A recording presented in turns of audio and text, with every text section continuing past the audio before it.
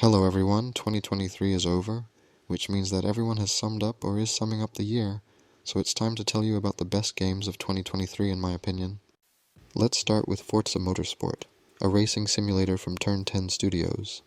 A paradise for racing fans, the game features more than 100 cars. This list includes classic sports cars and racing cars, as well as a variety of tracks, and an even more unique experience is provided by the weather conditions and extensive car customization, which will give you the ability to create unique cars, and it's not easy.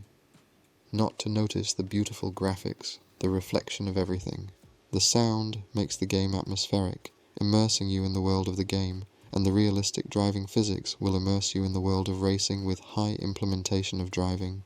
To summarize this game, I recommend it to you if you love racing. And here comes Cities Skylines 2, another city planning simulator from the same developers.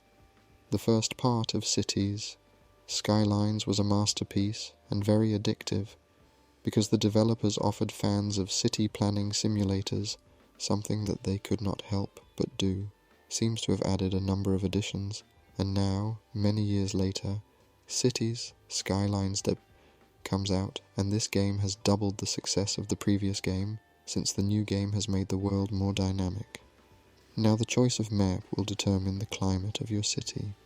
You will encounter changeable weather and seasonal difficulties.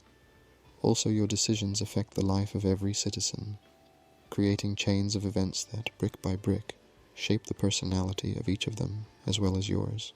Because in this game, you can build a huge city of your dreams, and no one will stop your imagination. But don't forget that you will have to face various challenges, including hail, rat infestations, forest fires, and tornadoes. And if you, like me, love simulators like this game, then I definitely recommend that you play it. And we move on to the next game. Payday 3 is a robbery simulator that continued the success of the two parts, because Payday 3, in my opinion, came out as a good game. Although there are not many missions, they are interesting and addictive, and missions can be completed in various ways, which you may not be pleased with the huge number of weapons and clothes in the game and leveling branches. I can't say whether this is good or bad, but let it be an interesting part of the game, and don't forget about it. The developers have improved the graphics, the artificial intelligence of the enemies, and the game also has additions, although I can't say that they have a lot of content. In short, because if you are an amateur, I recommend that you play this as a kind of game with friends.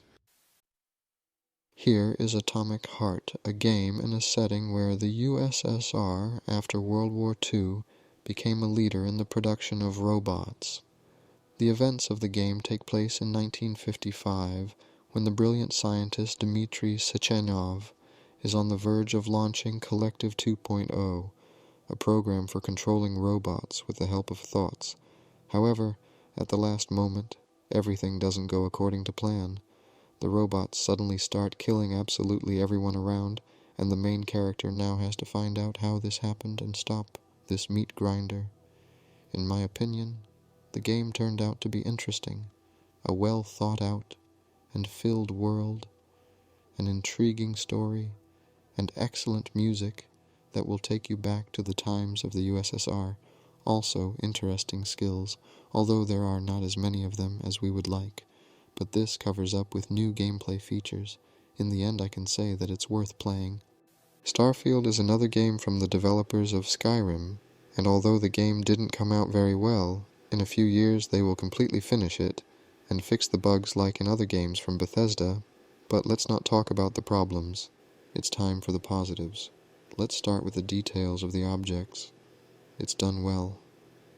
Here the developers tried their best over the beauty of space and Platin.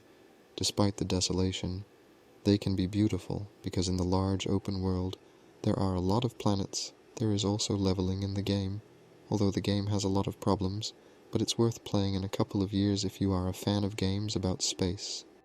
And that's the end. See you later and bye everyone.